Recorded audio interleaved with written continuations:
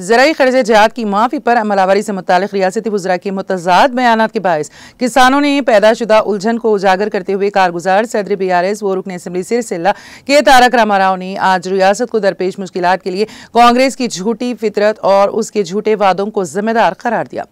उन्होंने कहा कि चीफ मिनिस्टर रेवंत रेड्डी ने ऐलान किया है कि कर्ज की माफी का अमल मुकम्मल हो गया है।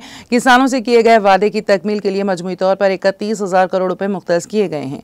एक और रियासती वजीर ने पुरजोर अंदाज में कहा कि हुकूमत ने 15 अगस्त तक ज़राई कर्ज़जात की माफी के तकमील के अपने वादे को पूरा किया है। चीफ मिनिस्टर के अद्दा के बरखिलाफ रियासती वजीर खजाना व डिप्टी चीफ मिनिस्टर मल्लू भट्टी विक्रमार्का ने इंकशाफ किया कि ताहाल सिर्फ 7,500 करोड़ रुपए जारी किए गए हैं। इस तरह चीफ मिनिस्टर और वज़रा के बयानात में संगीन तज़ाद स्कीम से मुतालिक पेशरफ्त और शफाफियत पर सवालात पैदा करता है। उलझन में मजीद इजाफा करते हुए चंद वज़रा ने दावा किया कि ताहाल किसानों ने 17,000 करोड़ रुपए तकसीम किए हैं।